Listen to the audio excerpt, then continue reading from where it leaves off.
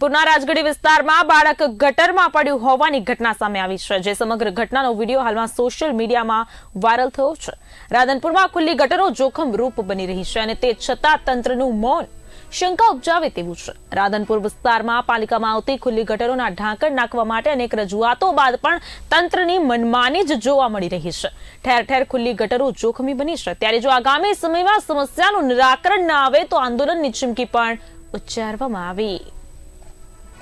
રાધનપુરની અંદર અત્યારે તાજેતરનો જ બનાવ બન્યો છે કે રાજગઢી આગળ હમણાં જ એક બાળક ગટરમાં પડી ગયું, જે સીસીટીવી કેમેરામાં આપ જોઈ શકો છો કે રાધનપુરની અંદર જે મોટા મોટા પોકળ વાયદાઓ કાગળમાં જ કરવામાં આવ્યા છે કે પ્રી મોન્સૂનની કામગીરીને લઈને આટલા કરોડ ફાળવ્યા, આટલા કરોડ તળાવના રિનોવેશન માટે ફાળવ્યા, હજુ સુધી કોઈ જાતનું કશું એક પાંદડું ખસ્યું નથી। એમનું એમ ગંદકી અને ગંદવાડો રાધનપુરમાં ખદબદે જોવા મળે છે।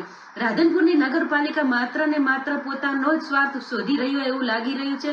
એમને પ્રજાની કોઈ ચિંતા નથી। અત્યારે ગટરો ઉભરા છે, જ્યાં ત્યાં પાણીના રેલાઓ હમણાં જ મારી જયા ઠાકોરની આઈડીમાં મેં નાખી છે, બધી કે આપ જોઈ શકો છો રાધનપુરનો કેવા હાલ છે અને રાધનપુરની જનતા સૌ જાણે છે હમણાં જ નગરપાલિકાની અંદર કેટલા ભ્રષ્ટાચાર થયા અને શું થયા।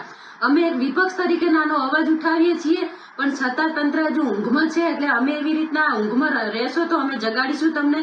તમે લોકો માટે જાગો અને પ્રજા જે બાળકોના જીવ સાથે ખિલવાડ કરી રહ્યા, સતત અમે તમને લેખિતમાં રજૂઆત આપી રહ્યા છીએ, મૌખિકમાં પણ આપી રહ્યા છીએ કે જે રાધનપુરમાં ખુલ્લી ગટરો પડી છે એને તમે સત્વરે ઢાંકો, ગટરો ઢાંકો, એના ઢાંકણાઓ બંધ કરો।